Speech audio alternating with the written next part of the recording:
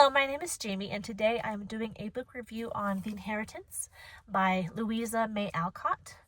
Louisa May Alcott is one of my favorite authors. I love going through her books, and I've read Little Women, Little Men, what's the other one?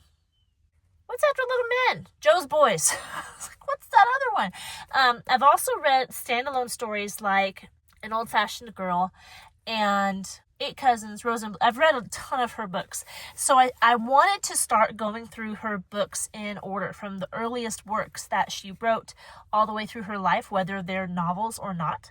This one she wrote, I think, when she was 17.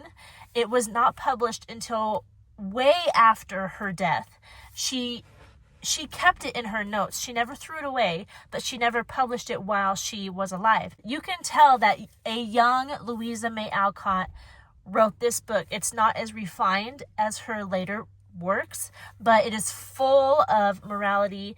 It's a good story, and it is very sweet, very sentimental is the word the introduction used, which, by the way, the introduction was very long. Like, I don't know, 20, 30 pages. It was long.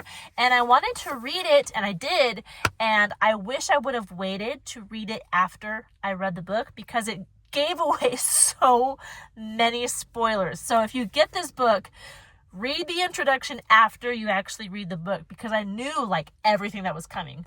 So that was, if you know me, I don't like spoilers in movies or books. So that was a bit of a bummer, but the book itself was still a lot of fun.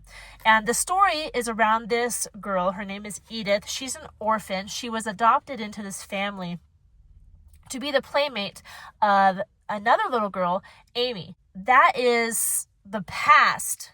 That has happened in the past. But this book opens on them as adults. It just talks about life, just general life, pretty much. People come to visit, people in the household, what happens when there's like a scandal with money and all this different stuff. It's very clean. There's no sexuality or anything like that. And it's very proper and moral. And I appreciate that because I didn't know what to expect. I know Louisa May Alcott's books that she wrote later in life were very moral, but I don't know. You know, a lot of people go through a lot of stuff to get to where they are, to the point where they're writing great novels that teach younger people, but you don't know how they're going to be when they're younger. They might not be at the point where they're writing those kinds of stories, so I didn't know what to expect. And I'm very grateful that it was a solid book. It had a lot to teach, a lot of good things and truths, and it was very sweet. I do think that some of it was sappy. I still liked it because it's Louisa May Alcott, but it was kind of mushy in some points and overly sweet. Like, what they said in the introduction I agree with is the characters were kind of one-dimensional. Like, you absolutely knew who was the good guys and you absolutely knew who was the bad guys. There was not very many layers to be unfolded to figure out who these people are. So that kind of took away from the interest of the book.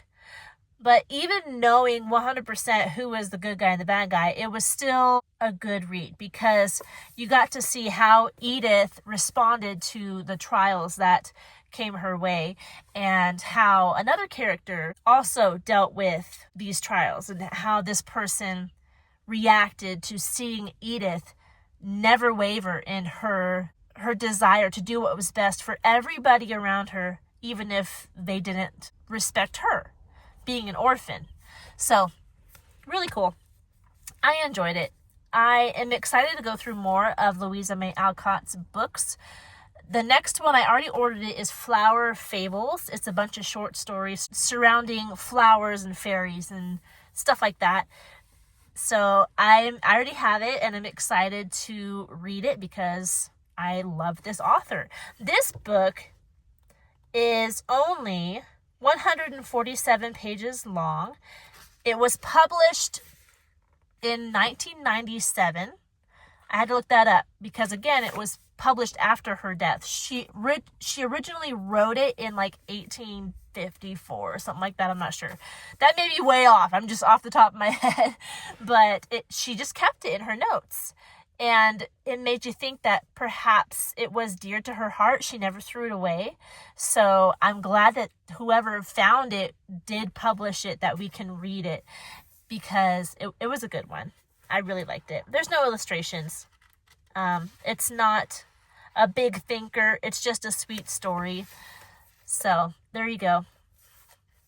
I encourage you to look up this author and start with Little Women, actually. It's her most famous work, and with good reason. It's really good. It's really good.